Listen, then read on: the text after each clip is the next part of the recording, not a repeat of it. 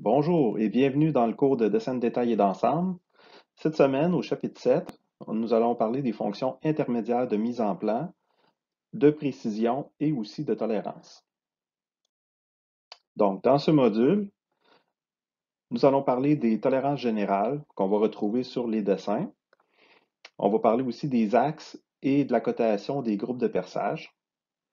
On va parler des types de tolérances dimensionnelles et comment faire sur SolidWorks pour réaliser ces tolérances-là. On va parler des tolérances géométriques, des éléments de référence. On va aussi faire des finis de surface et des symboles de soudage. Alors, première chose qu'on va retrouver sur nos dessins, c'est bien sûr les cartouches qui vont nous expliquer c'est quoi les tolérances générales sur un dessin de fabrication. Donc, ce que ça veut dire une tolérance générale, c'est lorsque je n'ai pas de tolérance spécifique qui est donnée sur une mesure. Par exemple, percer 12 plus ou moins 1 millième, donc ça c'est une tolérance dimensionnelle. Donc, si je n'ai pas ce type de tolérance-là et que j'ai seulement qu'une dimension qui indique comment fabriquer une pièce, ben, à ce moment-là, j'utilise les cotes qu'on appelle les tolérances générales. Il va y avoir deux sortes de tolérances générales qu'on va avoir sur nos dessins. Ça pourrait être plus complexe que ça. On pourrait avoir 3, 4, 5 niveaux de précision différents avec les tolérances générales. Mais dans le cours de TGM, pour garder ça plus simple, on va utiliser seulement deux types de tolérances. Dans le fond, on va avoir des tolérances générales de type fabrication qui vont nous donner une valeur qui est cotée en fraction. À ce moment-là, si j'ai une cote en fraction, ça veut dire que ma précision va être à plus ou moins 1/16e de pouce. Si j'ai de l'usinage, je vais coter à 3 chiffres après le point et ça va me donner une tolérance de plus ou moins 5 millièmes sur mes tolérances pour la fabrication. Maintenant, si je travaille en métrique, la fabrication va être cotée directement en millimètres, sans décimales, et ça va me donner une précision qui est à plus ou moins 1 millimètre. Lorsque j'ai de l'usinage en métrique, à ce moment-là, je vais avoir une cotation qui est à 2 décimales et ça va me donner 100 millièmes de millimètre, donc ce qui correspond à 100 microns. Maintenant, qu'est-ce que de la fabrication puis de l'usinage? On va y aller plus en détail juste pour être sûr que tout le monde comprend bien qu'est-ce qu'on veut dire par de la fabrication et de l'usinage. Donc, je vous donne des exemples de fabrication ici. Donc, lorsque je vais travailler, comme je vous disais, en fabrication en pouces, je vais être en fraction. Ça va me donner une précision au 16e de pouce. Les types d'opérations qu'on va voir là-dedans. Bon, ben, c'est sûr que lorsque j'ai une pièce qui est brute, qui n'a pas de dimension de coupage, qui n'a pas de dimension d'usinage, donc seulement qu'une barre en acier, par exemple, qui va mesurer un quart de pouce d'épais par un pouce de large, ben, à ce moment-là, c'est des dimensions qui peuvent être cotées en fractions. C'est une pièce brute. Aussi, vous allez retrouver là-dedans des pièces qui sont coupées avec une scie, des pièces coupées au feu, donc à l'oxyacétylène ou au plasma, les pièces qui sont soudées, les pièces qui sont moulées, forgées, et aussi des pièces qui ont là-dedans un usinage qui est peu précis. OK? Donc, on peut utiliser sur des dessins d'usinage certaines cotes en fractions, comme par exemple lorsqu'on veut usiner des chanfreins. Donc, on veut que la précision du chanfrein soit plus ou moins grande, surtout si c'est de l'usinage qui est fait peu précis. Donc, on veut être capable de coter des mesures en bas de 3 chiffres après le point. Donc, c'est des fractions qui seraient utilisées à ce moment-là. Lorsqu'on va percer des trous sur une plaque, mais que ces trous-là sont percés avec une perceuse sensitive ou une perceuse verticale, donc qui est un procédé un peu plus manuel. Donc, on va puncher des trous, on va juste tracer et faire une marque au punch. À ce moment-là, les trous ne sont pas assez précis pour être à 3 chiffres après le point. Donc, on va les coter. La position va être cotée en fractions. Le diamètre, par contre, pourrait être coté plus précis, tout dépendant du procédé qu'on prend, du type de perçage qu'on fait. Mais en général, le perçage va être identifié avec une grosseur de forêt et le résultat va être plus ou moins précis. La profondeur du perçage peut aussi être cotée en fractions sur un dessin en pouces. Parce que la profondeur, c'est difficile d'évaluer jusqu'où mon perçage va se rendre. Donc à ce moment-là, on en met toujours un petit peu plus sur la profondeur, donc on va coter ça en fractions. Il y aurait aussi d'autres exemples de fabrication. Ça pourrait être du coupage avec la cisaille, des tôles coupées à shear qu'on appelle à cisaille. Donc, ça pourrait être là-dedans aussi. Des pièces pliées, ça pourrait être là-dedans aussi. Donc, tous les procédés de fabrication là, qui sont peu précis, comme le pliage de tubes, etc., etc. Donc, il y a beaucoup d'opérations là-dedans.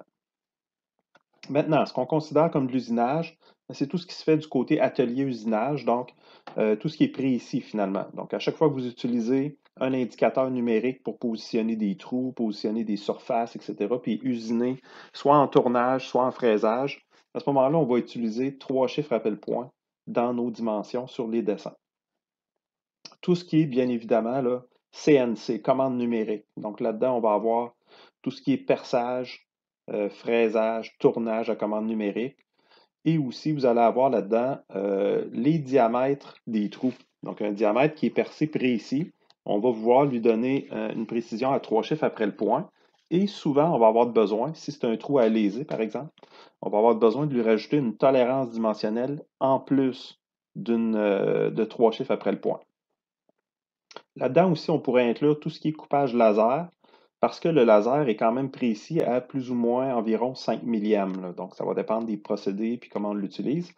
Mais c'est pratiquement aussi précis que de l'usinage. Donc, il faut considérer ça aussi lorsqu'on utilise le coupage laser. Donc, on va utiliser des mesures à 3 chiffres après le point en pouces. Maintenant, on va passer à SolidWorks.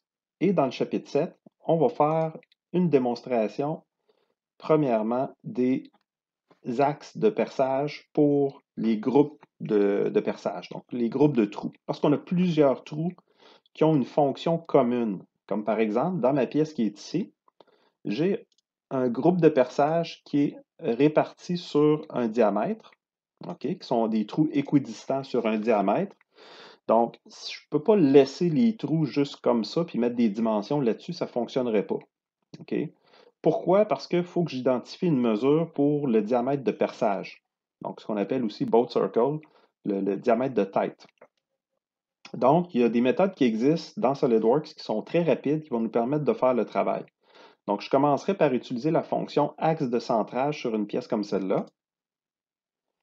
Et vous avez ici différentes options pour l'insertion des perçages, des axes. Donc, moi, j'irai avec axe de centrage circulaire pour ce type de perçage-là. Et je viendrai sélectionner un trou ici. Puis là, vous voyez que, bon, je pourrais y aller manuellement, sélectionner les autres trous.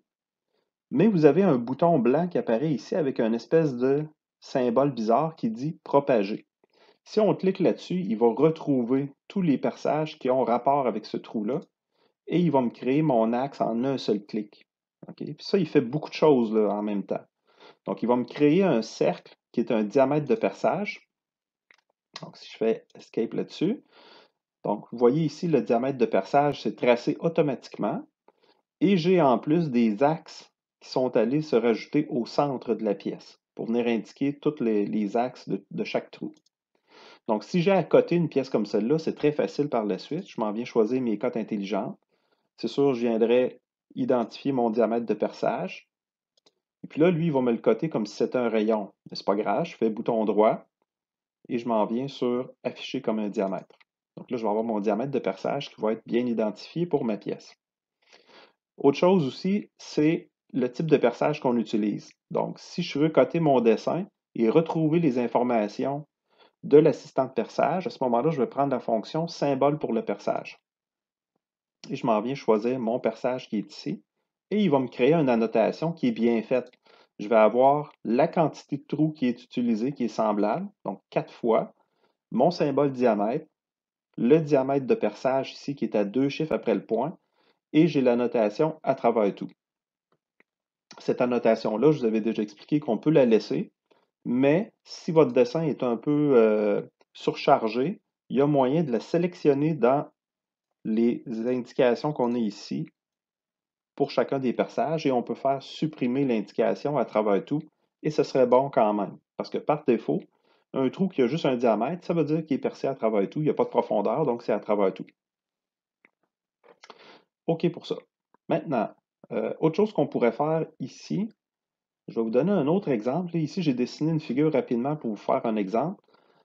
Lorsque vous avez un groupe de perçage qui est, qu'on pourrait dire, là, aligné de façon cartésienne, donc en X puis en Y. Ce qu'on va faire dans ce temps-là, c'est qu'on va utiliser un axe de centrage encore une fois, mais cette fois-là, on va prendre l'option axe de centrage linéaire.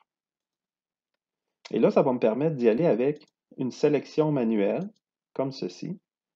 Et vous voyez ce qu'il fait, c'est qu'il me rajoute des lignes d'axe entre chacun des trous. Donc, pourquoi c'est important de faire ça? Eh bien, je vais juste le canceller, puis on le refera tout à l'heure. Advenant le cas où vous voulez donner la position d'un perçage, posons celui-là. Ensuite, je vais donner la position en X, comme ceci.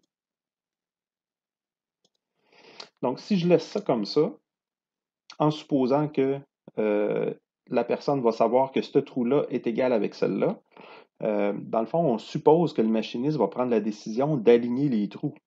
OK? Donc, si les trous sont légèrement décalés, puis qu'il manque une mesure, à ce moment-là, on ne le saura pas. Puis autre chose aussi, c'est que si les trous sont alignés, on ne veut pas nécessairement rajouter une autre dimension ici, qui aurait le même chiffre que l'autre. OK? Donc, pour éviter ces problèmes-là, ce qu'on va faire, puis éviter de surcharger notre dessin avec des mesures inutiles, ben, à ce moment-là, ce qu'on va faire, c'est qu'on va utiliser, comme je vous avais montré, un axe de centrage qui relie chacun des trous. Okay? Puis ça, c'est important parce que ça va me permettre de sauver des mesures et ça vient confirmer au machiniste que ce trou-là est vraiment en ligne avec celui-là est vraiment en ligne avec celui-là. Okay? Donc, je n'aurai pas besoin de mettre toutes les dimensions pour chacun des trous. À ce moment-là, je peux juste mettre le minimum. Donc, ce serait pas mal ça ici qui serait le minimum. Donc, j'aurais vraiment une mesure en X pour ces deux trous-là, une mesure en X pour ces deux trous-là, et il me manquerait ma mesure en Y pour ces deux trous-là ici. OK? Donc, ça, c'est vraiment le minimum qu'on peut faire en termes de dimension. Et là, je viendrai coter mes 4 trous en même temps avec ces mesures-là. Donc, je n'aurai pas besoin de rajouter les mêmes dimensions puis les répéter. Ce qui fait le travail, c'est vraiment la ligne d'axe qui passe entre chacun des trous ici, qui vient nous indiquer le lien qu'il y a avec les 4 trous. OK. Maintenant, concernant les dimensions, donc je vous avais expliqué qu'avec les tolérances générales, on veut avoir un dessin qui est coté normalement si c'est usiné et que je travaille en pouces. Donc ça, ce dessin-là, ici, lui, il est en pouces. À ce moment-là, si c'est une pièce qui est usinée, ici, c'est une pièce qui semble être tournée, je vais devoir utiliser 3 décimales et non pas 2. Donc, il faut faire attention parce que mon dessin ici, il est à 2 décimales. Donc, ce que vous allez faire, c'est qu'on va changer les unités pour l'ensemble du dessin. Parce que ici, c'est vraiment l'ensemble de la pièce qui est usinée. Donc, je vais aller dans Modifier les unités du document. Et là, je vais tomber directement en mode des options pour les unités. Je vais annuler ça, je vais vous montrer un autre chemin. Donc, si je passe par Options, Propriétés du document, Unités. Là, je vais avoir encore une fois les unités de mon dessin. Là, vous remarquez que les décimales sont pourtant à 2 chiffres après le point. Probablement qu'ici, j'aurais besoin de mettre toutes les cases à 3 chiffres après le point. Si je fais ça, voyez-vous, il s'est comme placé. Là. Dans le fond, les unités que je vois qui sont affichées, ce n'est pas la première ligne, c'est la deuxième ligne qui vient gérer le nombre de décimales sur mes perçages. Ici, j'ai un petit problème, j'ai une ligne d'axe qui rentre en conflit avec un symbole diamètre. Donc, juste descendre un petit peu le chiffre et ça va me donner la bonne dimension. Donc, on pourrait faire le tour de la pièce comme ça, puis venir coter toutes les dimensions. J'en profite aussi pour vous parler je pense que j'en avais déjà glissé un mot, mais je reviens encore avec ça. Lorsque vous avez des pièces qui sont tournées, on n'aime pas beaucoup ça, mettre les dimensions sur cette vue-là ici. OK? La raison étant que c'est pas très clair de montrer les diamètres sur cette vue-là. Okay? Même le diamètre intérieur ici, ou le mettre à l'extérieur. Donc, c'est pas une façon très intéressante de mettre les dimensions des diamètres. Donc, lorsqu'on a une pièce de révolution qui a beaucoup de diamètres concentriques, on va toujours placer nos mesures sur cette vue-là ici, qui est en coupe. Donc, c'est vraiment très clair ici à quel diamètre je vais travailler sur quelle portion de la pièce. Okay, c'est vraiment la plus belle vue pour faire ça. OK.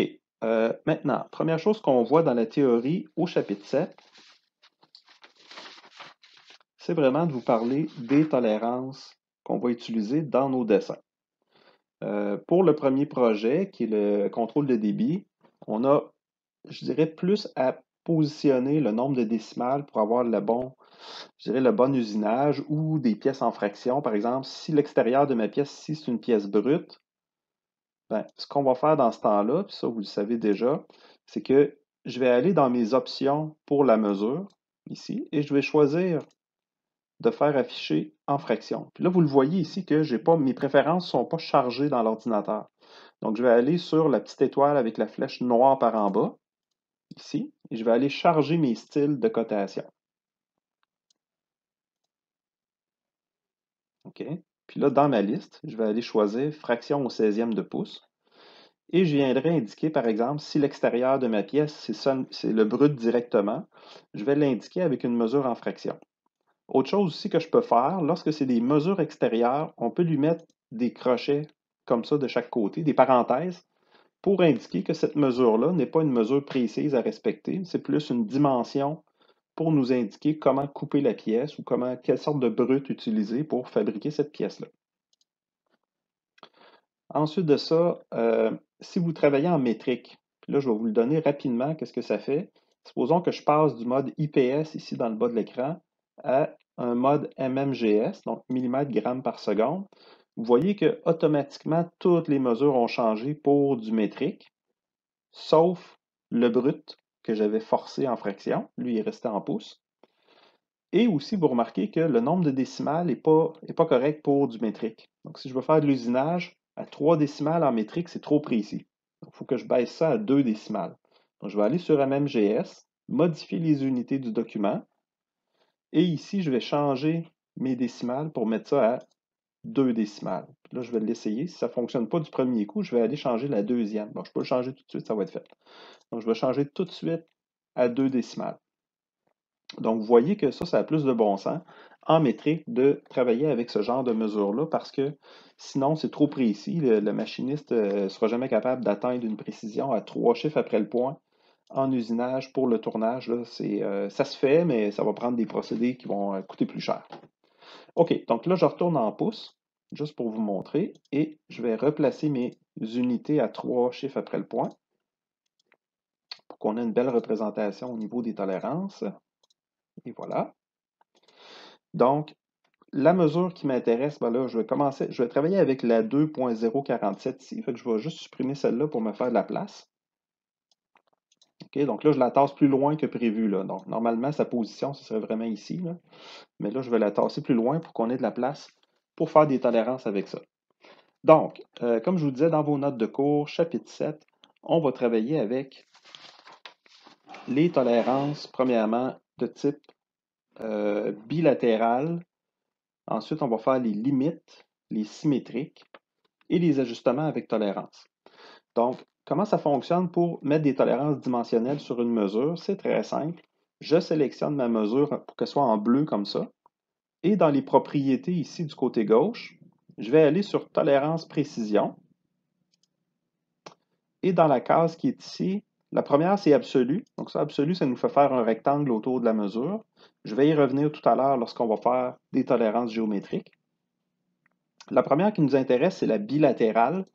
C'est un type de mesure qui va servir souvent en conception pour me permettre de pouvoir mettre des tolérances sur les pièces en fonction des calculs qu'on va faire. Donc, dans le cours de dessin, on ne fait pas les calculs. Ça va aller à la prochaine session dans le cours de tolérance dimensionnelle géométrique. Donc, supposons qu'ici, je vous mets plus ou moins, plus 2 moins 1 millième, comme ceci. Donc, il va me donner une mesure. Par défaut, la première case est positive et la deuxième case va être négative. Donc ça, là, ces deux chiffres-là là, qui apparaissent, les tolérances en fait, c'est notre tolérance maximum, notre tolérance minimum. Le chiffre 0.002, c'est ce qu'on appelle l'écart supérieur. Et le chiffre 0,01, c'est l'écart inférieur. Donc ces deux valeurs-là vont être importantes dans nos calculs en tolérance.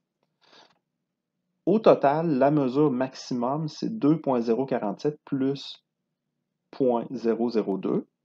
Puis la mesure inférieure, c'est 2.047 moins 0,01.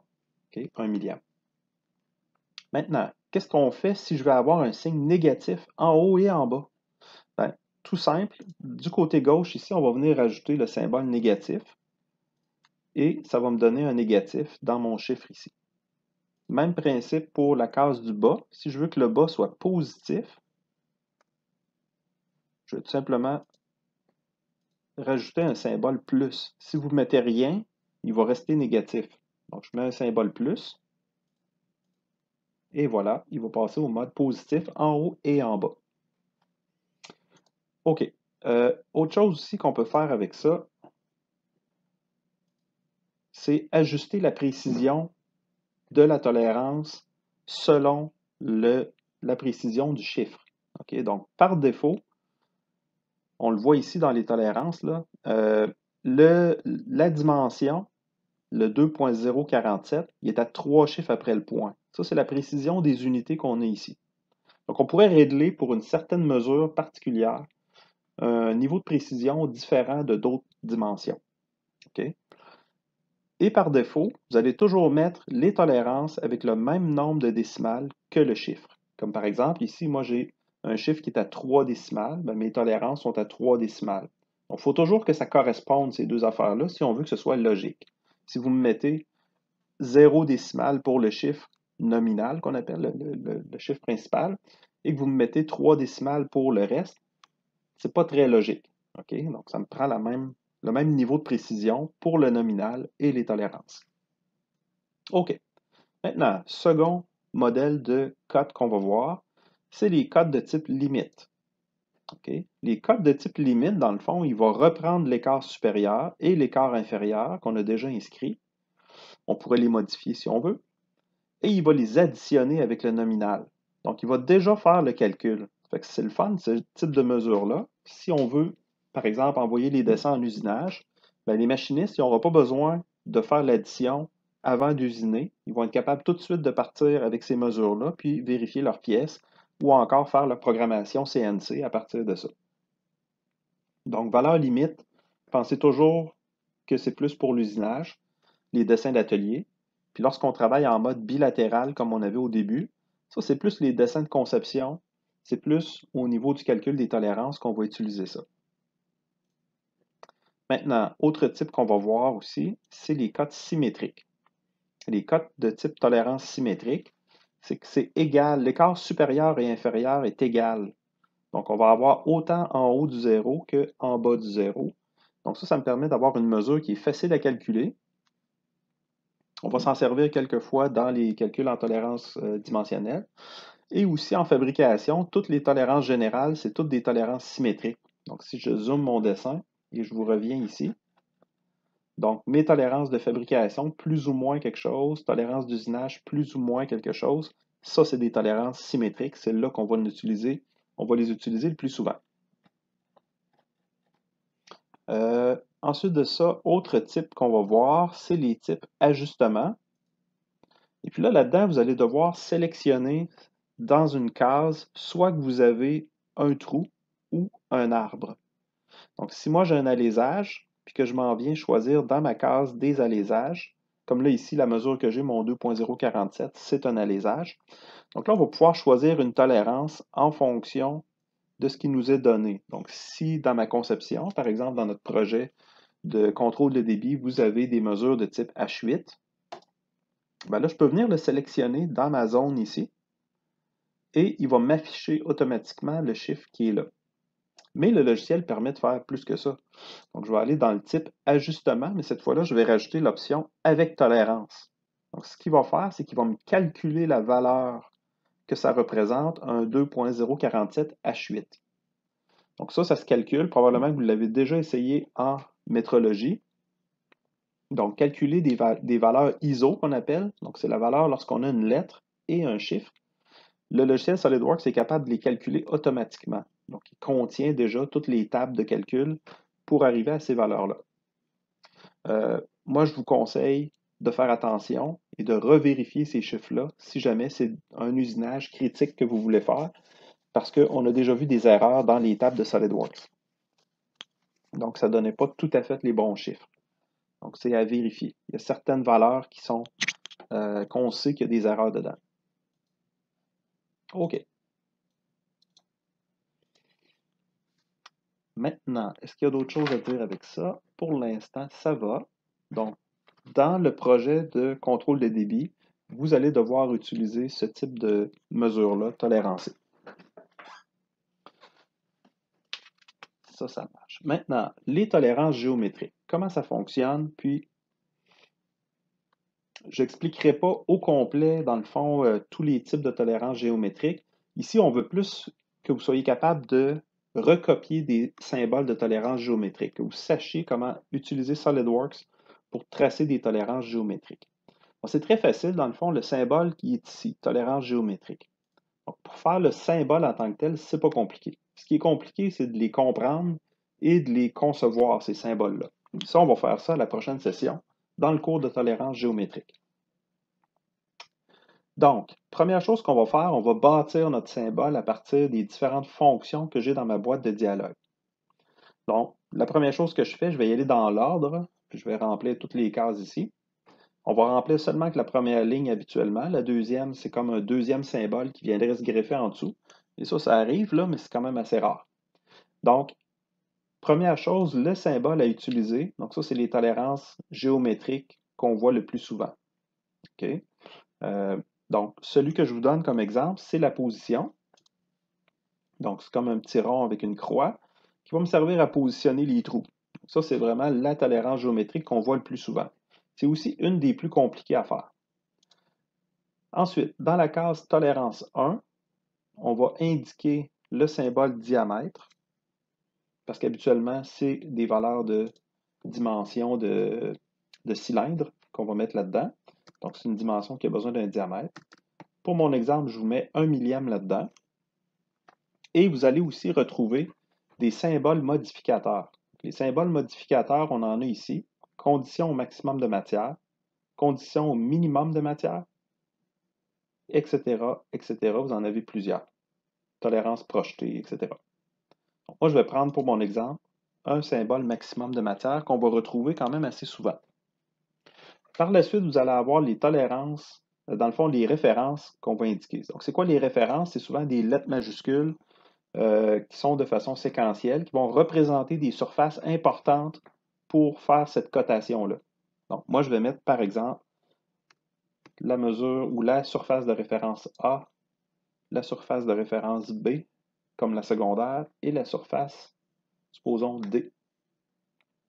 Ça pourrait arriver que dans une des références, on ait un symbole modificateur, par exemple, de maximum de matière. Okay, donc ça, c'est le résultat de mon symbole de tolérance géométrique. Donc, si jamais vous avez à recopier un symbole, c'est comme ça qu'il faut le faire. Maintenant, ne faites pas OK là-dessus, parce que vous allez effacer ce que vous avez fait. Okay? Il faut se déplacer à l'écran. Il faut venir positionner notre symbole. Si vous voulez que votre symbole soit par rapport à une surface, vous pouvez cliquer comme ça, puis vous allez avoir une ligne pour positionner vous avez une flèche, dans le fond, pour pointer la tolérance. Mais ici, ce que je voudrais la plupart du temps, c'est le greffer avec une mesure de diamètre. Donc là, je me déplace, puis même s'il m'affiche une flèche, si je clique dessus, il va venir greffer mon symbole à la bonne place, en dessous du symbole diamètre. Ensuite, je peux faire OK. Donc là, vous voyez que lorsque je me déplace, il est venu comme positionner mon symbole de la bonne façon. Ça, c'est important, ça va quand même rapidement pour positionner les symboles. On ne veut pas avoir une flèche supplémentaire qui va pointer deux éléments, c'est-à-dire le même élément pointé avec deux flèches différentes, une pour la tolérance puis une pour le diamètre. Donc, c'est vraiment comme ça qui est la meilleure façon de positionner notre symbole pour un perçage. Maintenant, les références A, B et D. Comment je vais les créer sur ma pièce? Il faut identifier pour supposons le machiniste ou l'inspecteur, quelles sont les surfaces importantes pour se positionner. Donc là, vous avez un outil qui s'appelle élément de référence sur lequel je vais pouvoir venir pointer mes surfaces. Donc là, ici, est-ce que j'ai une indication? Pour l'instant, j'en ai pas. Le A, OK, oui, je les ai ici dans les notes de cours. Donc le A, c'est la surface intérieure ici.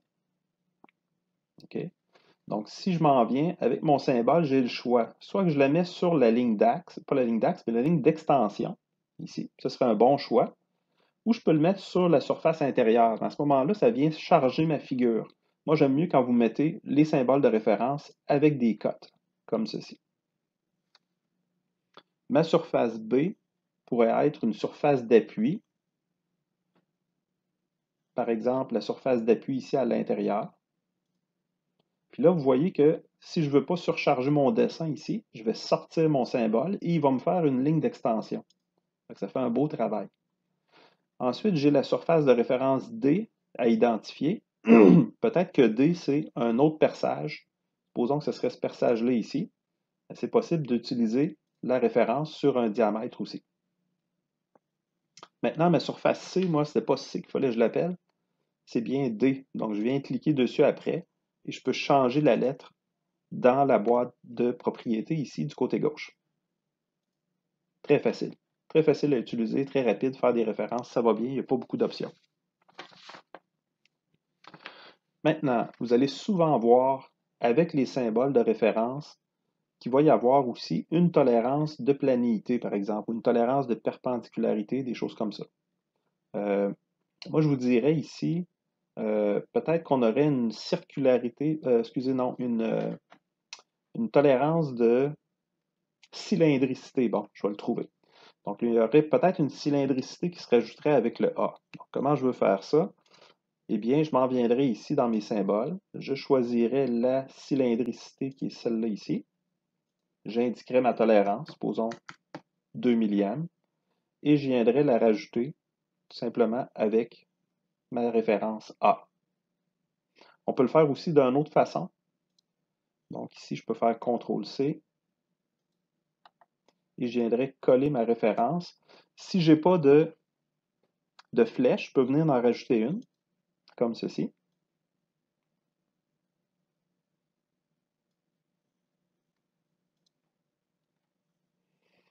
Et on pourrait aussi voir la référence qui serait greffée avec une tolérance. Donc, c'est soit un ou l'autre. Là, j'ai un peu de difficulté. Comme ça. Bon. Fait que ça aussi, c'est quelque chose qu'on pourrait voir. Une autre façon, si on peut dire, de la positionner, qui serait bonne aussi. Là. Donc, soit que vous mettez la référence, puis on greffe le symbole après la référence, ou vous mettez la tolérance, et la référence vient avec, de cette façon-là. Mais c'est celle-là qui est la plus standardisée, je vous dirais, qui est la meilleure. OK. Autre chose aussi qu'on va utiliser sur nos dessins, c'est les symboles de finition de surface. Donc, une finition de surface, bon, il y a deux choses qu'on va faire avec ça. Ça se peut qu'on les utilise uniquement comme ça, c'est des petits crochets. Ça se peut qu'on les utilise juste pour identifier qu'une surface est usinée. OK? Donc, quand je fais ça, puis que j'indique pas de mesure avec, juste un symbole comme ça vient dire que la surface est usinée et que le type de finition de surface n'a pas tant d'importance. Okay? Je veux juste que ce soit une belle surface droite qui est usinée, qui est surfacée, mais je n'ai pas nécessairement un besoin d'avoir une précision de fini de surface. Si jamais vous voulez rajouter une finition de surface, à ce moment-là, je sélectionne mon symbole et je viens rajouter dans la case, c'est bien important de choisir cette case-là, là, qui est comme au-dessus de mon symbole, et je vais indiquer ma mesure. Ici, si je travaille en pouces, une mesure 63 de finition de surface, ça représente une finition qui est quand même belle, là, faite sur la fraiseuse ou sur le tour. Fini usiné qui est quand même assez bien. Okay, ce n'est pas une super belle finition, mais c'est quand même une finition raisonnable. De toute façon, en métrologie, vous avez travaillé avec ça, les finitions de surface, et vous avez une petite idée de ce que ça représente. OK. Donc ça fonctionne. Finition de surface, on va s'en servir quand même pas mal dans les cours de tolérance dimensionnelle géométrique à la prochaine session. OK, dernière chose que je veux vous parler, et ça a plus ou moins rapport avec cette pièce-là, c'est les symboles de soudage. Donc, plus tard, lorsqu'on va arriver au dernier projet, plus fin novembre, début décembre, on va travailler avec des pièces qui sont soudées. Donc là, on a des symboles de soudage ici qu'on peut réaliser dans les outils d'annotation. Le symbole de soudage, c'est très facile dans le fond. Quand je clique dessus, je vais avoir une boîte de dialogue qui est très détaillée sur comment faire pour tracer le symbole.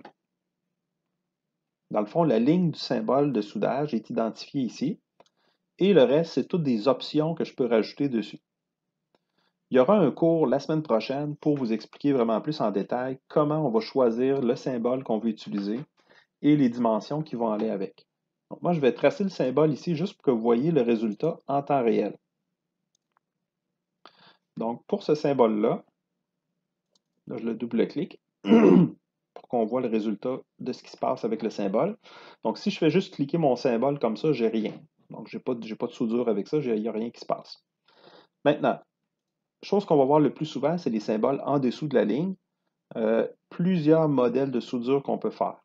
Okay? Ceux qu'on utilise le plus en mécanique, c'est la soudure en demi-V, la soudure à barre évasée, la soudure congée, la soudure en taille et la soudure à bout droit ou carré. Eux, ils l'appellent carré, mais en général, nous, on l'appelle bout à bout ou soudure à bout droit. Donc, ces symboles-là qu'on va utiliser, on va en sélectionner un. On pourrait en mettre un en haut, un en bas, comme ceci. Normalement, ce qu'on va avoir de besoin comme option, c'est la dimension du cordon de soudure, supposons 1/8 de pouce de grosseur. Si j'ai un symbole en haut et en bas, ça m'en prend une mesure pour chaque. Supposons 3/16 en haut, 1/8 en bas. Sur la portion du haut, je pourrais prendre une soudure à bout droit. J'ai le symbole autour qui va se rajouter ici, qui vient signifier que je vais souder autour d'une pièce. On en reparlera la semaine prochaine concernant les détails, quand est-ce qu'on peut utiliser ça, etc. Là, je vais juste vous montrer la fonction SolidWorks. À l'extrémité ici, je vais pouvoir placer des indications comme typique pour identifier que la soudure est répétée à quelques reprises. On va avoir aussi la finition de la soudure. Donc, comment je veux que ma soudure soit finie? Est-ce que je veux qu'elle soit meulée plat, convexe ou concave? Vous voyez le résultat que ça donne ici. Et la méthode que je vais utiliser pour faire la finition. Est-ce que je vais avoir une finition qui est rectifiée? On va mettre la lettre G. Faite au marteau, H. Laminé, usiné. Je pourrais avoir un fini usiné aussi qui est l'usinage, le M. Donc, on peut détailler quand même beaucoup de choses sur un symbole de soudage. Et comme je vous dis, on va y revenir la semaine prochaine. Donc là, ce qui est important ici, c'est vraiment juste de pratiquer, dans le fond, la fonction, puis de mettre les symboles, dans le fond, juste pour vous montrer, en fait, comment on fait pour réaliser le symbole. Maintenant, deux petites choses intéressantes qui pourraient vous servir non seulement pour les symboles de soudage, mais aussi pour les annotations, c'est rajouter ce qu'on appelle une jonction. Une jonction, c'est quoi? C'est comme un cassé dans notre flèche. Donc, je vais aller choisir avec bouton droit sur la ligne de la flèche et je vais choisir Ajouter une jonction. Quand je me déplace sur la ligne, je sélectionne un point et je vais pouvoir changer la direction de ma flèche comme ceci. Autre chose qu'on pourra faire, bouton droit sur la ligne et je vais pouvoir rajouter une branche. Donc, on fait insérer une nouvelle branche et à ce moment-là, j'aurai comme une deuxième flèche qui va se rajouter. Donc, lorsque je fais double-clic, il va me rajouter ma flèche. Voyez-vous, donc j'ai fait à la fois insérer une branche et j'ai créé une jonction ici. Donc, si je veux, je peux créer d'autres jonctions sur cette branche-là pour venir vraiment détailler comment je veux pointer sur mon dessin. Souvent, là, les dessins sont complexes en soudage, puis on veut être capable d'éviter certains obstacles qu'on a sur notre vue. Par exemple, un bout de pièce qui dépasse, puis je veux faire le tour avec mon symbole de soudage, donc c'est possible de le faire avec les options jonction et nouvelle branche. OK, donc ça complète la théorie pour cette semaine. Continuez à travailler sur votre projet du contrôle de débit. Et puis, bientôt, on va commencer à faire du dessin de soudage aussi un peu plus tard. Et il y aura aussi des petites tolérances à mettre là, sur certains dessins. Donc, c'est toutes des notions qu'on va pouvoir appliquer dans nos projets d'ici la fin de la session. Fait que là-dessus, je vous souhaite une bonne semaine.